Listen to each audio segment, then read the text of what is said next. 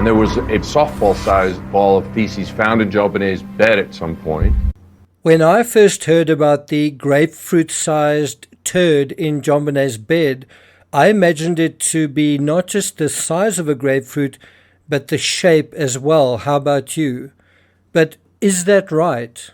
Because there's a massive difference and huge implications if the dung was in the shape of a ball, because this suggests it was handled and molded into that shape, and more than that, possibly placed there on purpose. I got nightmares in my head, I fear thoughts build up until I can't. My mind fills up into a creature, and it haunts me somewhere much deeper. I got nightmares in my head, I fear. Hello and welcome to True Crime Rocket Science. So we are returning to this grapefruit poop mystery. Did the housekeeper mean a grapefruit ball of dung? If so, who was the dung beetle? And remember, this is a completely different scenario to one where the bed is simply soiled. You know, soiling a bed, like wetting a bed, is, well, for the lack of a better word, innocent. But sculpting feces into a ball of dung, if that's what happened, like a human dung beetle, and then placing it there either to get a rise out of the housekeeper or out of JonBenet or out of somebody, well, that is a different kettle of very stinky fish. But the question remains, how do we know what we're dealing with here? Clementi actually says the word ball, and instead of grapefruit, he offers a different analogy to the size of the dung. He compares it to a softball. Let's listen again. And there was a softball-sized ball of feces found in JonBenet's bed at some point. Ball of feces found. Although we highlighted 7 possible instances of feces, CBS highlights 3. Him smearing feces on a bathroom wall. Ball of feces found in JonBenet's bed. They apparently found feces spread on a box of candy that she had gotten the day before for Christmas. We've also dealt with Holly Smith talking about finding panties covered in feces in JonBenet's drawer. But the question remains, how do we know what we're dealing with here? Clementi, as I say, actually says the word ball. And I think it's intuitive to assume that, but was it a ball? Now, I want to be quite clear. All we really have to go on is one housekeeper's evidence in terms of this grapefruit-sized ball. And she said she saw it, but she doesn't clarify when she says grapefruit size whether that's in the shape of a ball or not. We've got to acknowledge that. And you know what? Maybe it wasn't. In this analysis, I want to simply consider the possibility that it might be, that it might have been in the shape of a ball. And if that's the case, where does that take us? Before we get to that, if you haven't subscribed to the channel, please do. Bear in mind, I've been covering the Gabby Petito case on Netflix. It's really a fantastic investigative documentary. I do recommend you watch it. And I'll be doing several reviews, several deep dives. There's quite a lot of information that has come out from that 3-episode documentary on Netflix. It's called American Murder, Gabby Petito. Check it out if you haven't already. If you find this analysis worthwhile, please hit the thanks button and let's get started. Now, isn't it interesting that in this case we deal with another fruit as well, pineapple, which changes the implication of this case completely, that JonBenet probably wasn't in bed, that she was probably ambulant, that things were going on that we simply didn't know based on the original narrative. And if you think about this, a grapefruit-sized ball, if that's true as well, well then something else is going on that we didn't appreciate the implications of as well. And so maybe the grapefruit-sized material is a logical place to finish in terms of our analysis. I do want to start by addressing the grapefruit in the room in practical terms. So in practical terms, what are we talking about? Now, some people have said, that the grapefruit was sort of laid like an egg and it sort of came out in a grapefruit size and shape. That's obviously not the case. And I think it's fair to assume that to begin with, that it was laid in that way. but you can clearly see it's referred to as a grapefruit, not a grape. That's not a typo. And as a result, I think we can say with some certainty it wasn't deposited in the way poop usually is. In other words, it didn't come out as a grapefruit-sized ball of dung. It was assembled into this grapefruit-sized ball. Does that make sense? In this analysis, we are admittedly going to take things to extremes, in a sense, in terms of something we don't like to do very much and we try not to do on this channel, and that is to make assumptions and speculate. But we are going to do that here regarding this evidence. We just want to see where it takes us. It's like a thought experiment. We just want to see what the possible implications might be if this is true. And so we'll do this, but we'll try to do it cautiously and as rationally and reasonably as we can, trying to tie the ends of our hypothesis to the ends of our knowledge base as well, given the context and the well-known fabric of this case. And so that brings us to 3 assumptions. For starters, we're assuming, 1, that the dung is ball-shaped when it might not be. Then number 2, that it's not JonBenet's ball of dung when it might not be. It might be JonBenet's. And then further, number 3, the possible psychology attached to this scenario that it is a ball of dung, that it was constructed to be a ball of dung. And that could also be based on an incorrect assumption. And so the psychology could be irrelevant and inaccurate and incorrect in terms of this hypothetical because of of other false assumptions. So it's important just to stress that. I also think we need to talk about reinforcements for our hypothesis.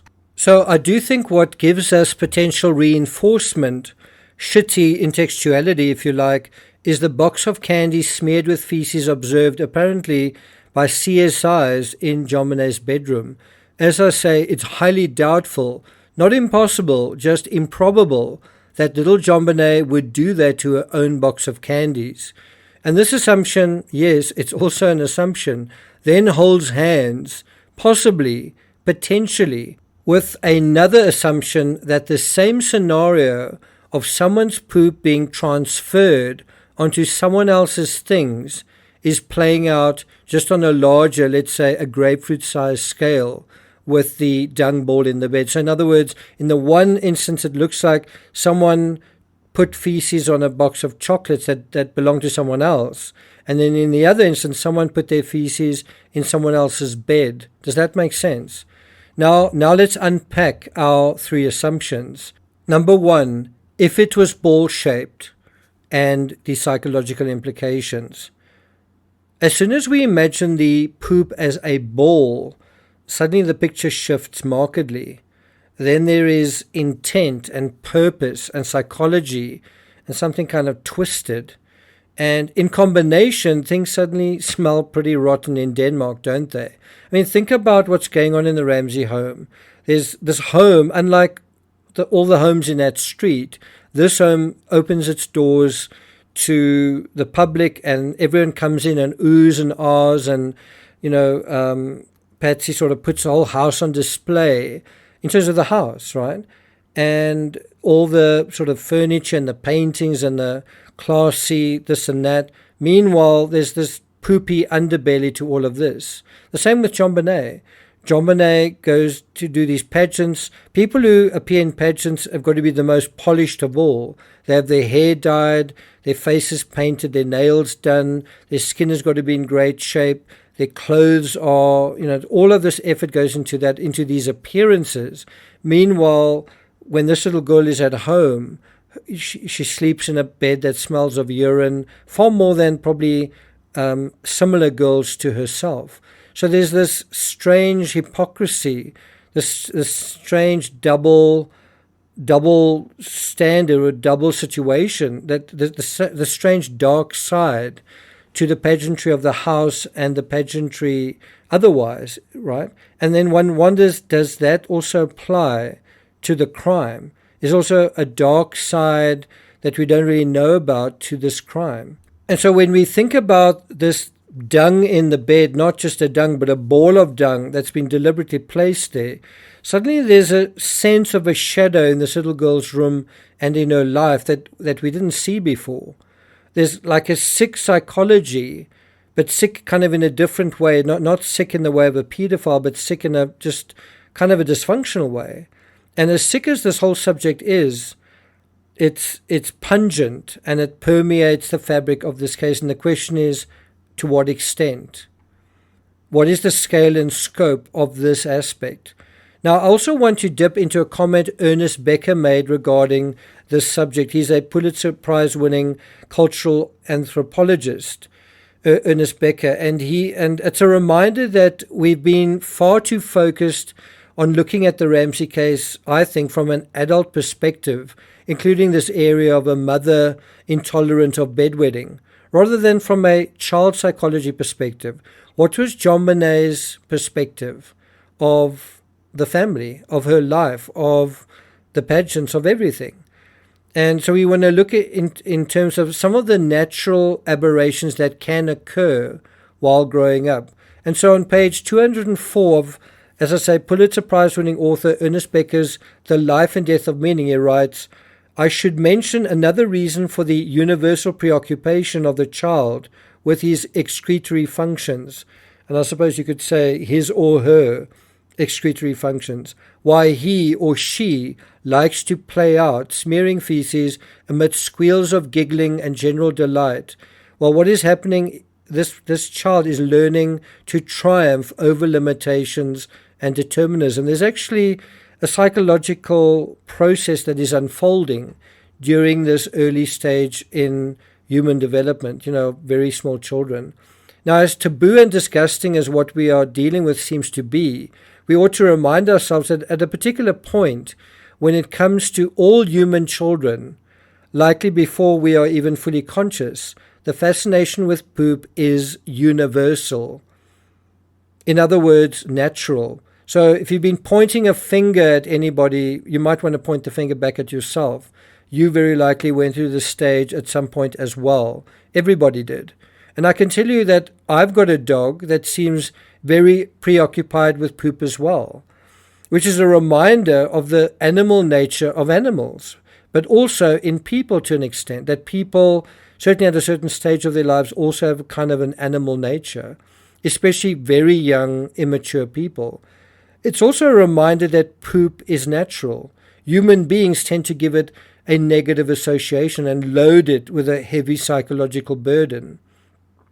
Now, though it may be true that there are cycles or phases where certain behavior is natural and universal, if we are talking about not just someone hypothetically creating a ball of dung, but possibly a 9-year-old or a 6-year-old creating a ball of dung, if that's the case, what we're dealing with isn't natural, it's regression. And we could be dealing with a 9-year-old that is a friend, or a 6-year-old that's also a friend. We don't know who this person is, but whoever this person is, it's regression. Now, believe it or not, there's a time and a place for scatalia, and it ought not to occur after the age of 3.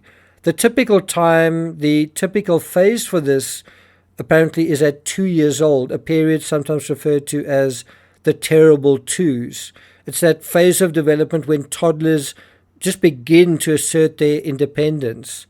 Now, part of how a very young child may express defiance or seek attention or influence a particular social dynamic is through fecal smearing. There are many other strategies. This certainly isn't one of the best, but it certainly can be one of them.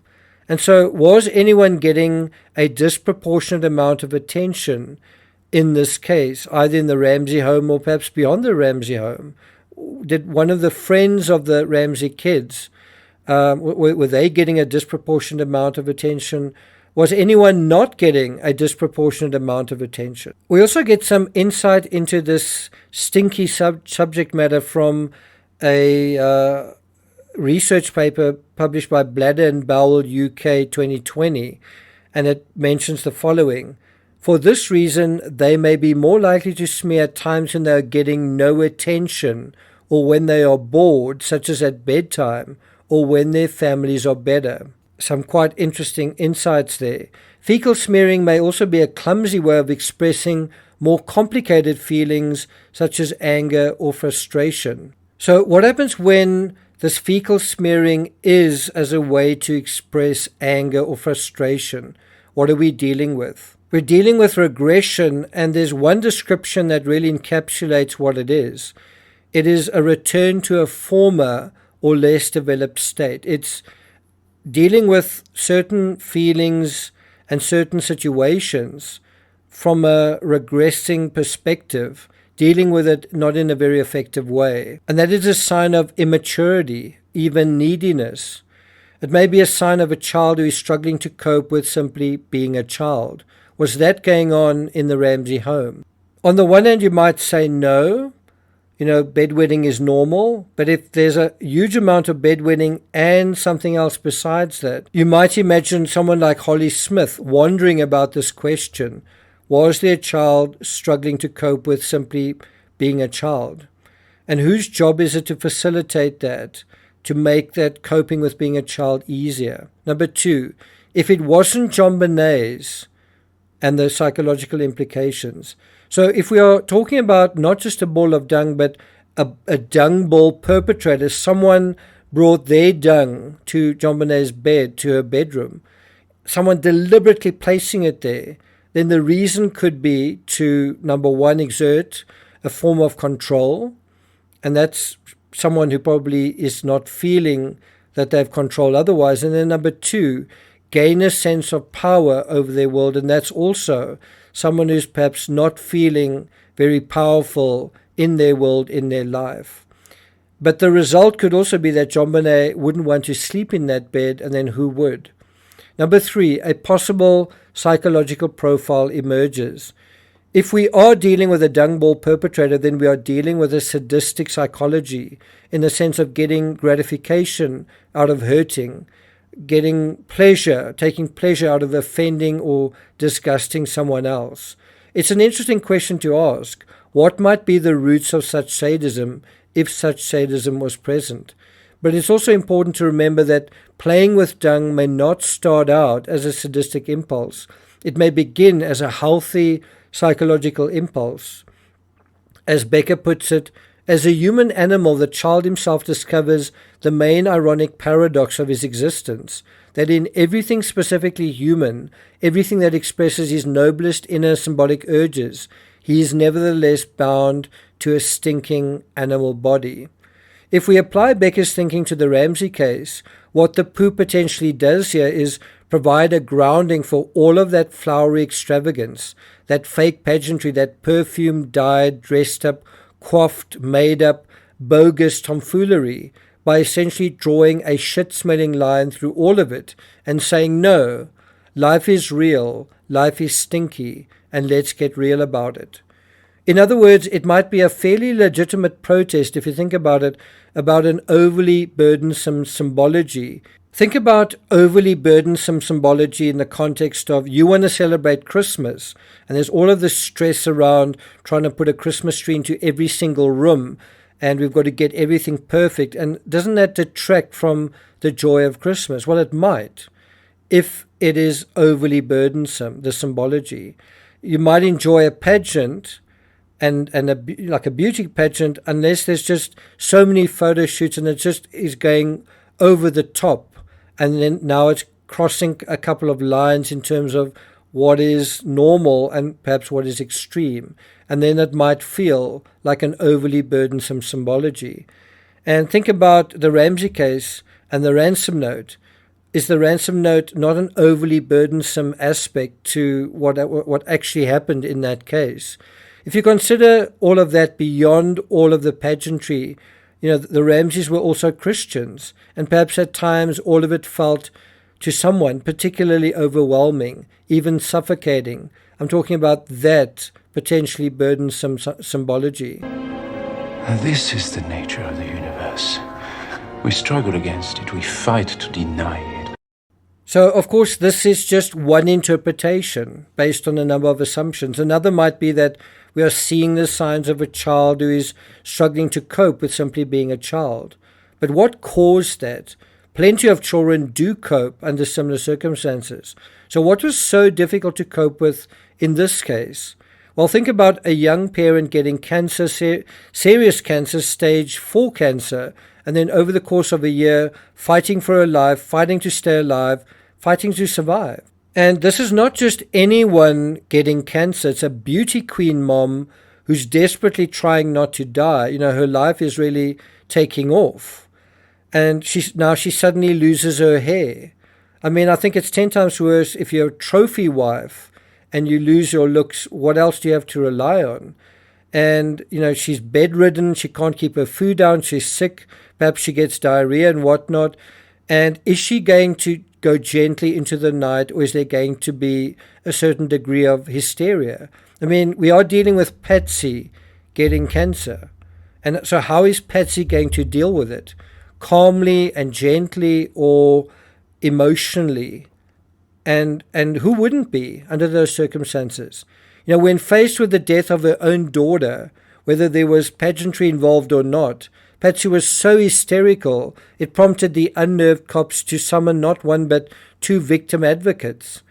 And I'm not sure if I've ever heard of another true crime case where victim advocates were summoned to the crime scene. You know, and that's on top of the pastor who was in attendance already and the 4 friends providing moral support.